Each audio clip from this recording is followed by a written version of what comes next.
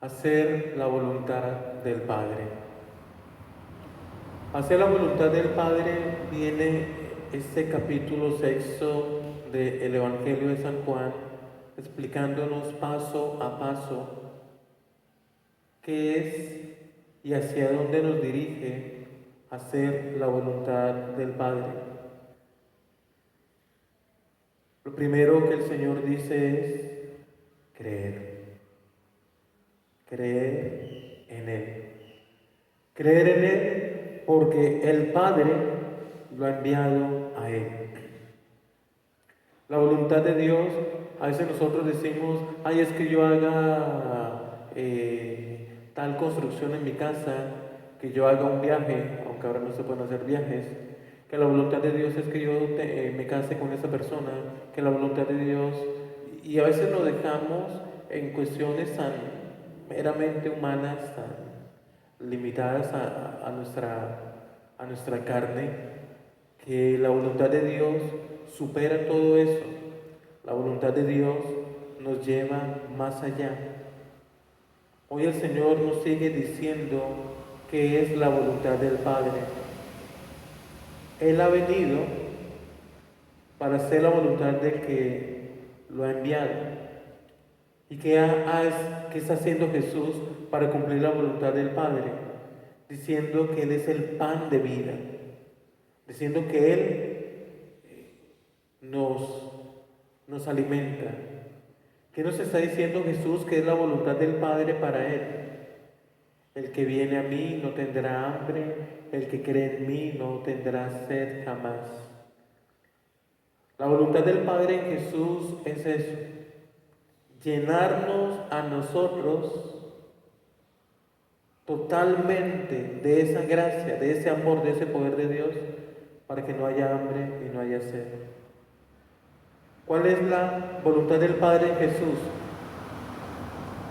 Recibir a todos los que el Padre le da y no echarlo, y no echarlo. ¿Cuál es la voluntad del Padre en Jesús? Saber que Él tiene que hacer su voluntad, que no se pierda nada de lo que el Padre le dio, sino que resucite hasta el último día. Y vuelve y dice, esta es la voluntad del Padre, que todo el que vea al Hijo y cree en Él tenga vida eterna, yo lo resucitaré en el último día. Así, en esos pocos versículos, Jesús cumple la voluntad del Padre. Ahora la voluntad del Padre para nosotros, para usted y para mí. Primero, ir a Jesús. Primero, estar allí con Jesús, alimentarme con Jesús, creer en Jesús, creer en Jesús. ¿Qué es lo que yo tengo que hacer para hacer la voluntad del Padre? Ir a Jesús, ir a Jesús, y si vamos a Jesús, Él no nos echará. Ir a Jesús. ¿Qué es para nosotros hacer la voluntad del Padre? Permanecer en Jesús. Y permaneciendo en Jesús, no nos perderemos. No nos vamos a perder permaneciendo en Jesús. ¿Cuál es la voluntad del Padre para mí? Que yo resucite en el último día. Esa es la voluntad del Padre para mí. ¿Cuál es la voluntad del Padre para mí? Que yo crea, que yo tenga vida eterna. Esa es la voluntad del Padre para mí. Ir a Jesús, creer en Jesús, y creyendo en Jesús no habrá hambre, no habrá sed. Creer en Jesús es ir a Él. Creer en Jesús es permanecer en Él. Creer en Jesús es saber que vamos a resucitar. Se nos lleva mucho más allá de lo terrenal, de lo palpable que tenemos.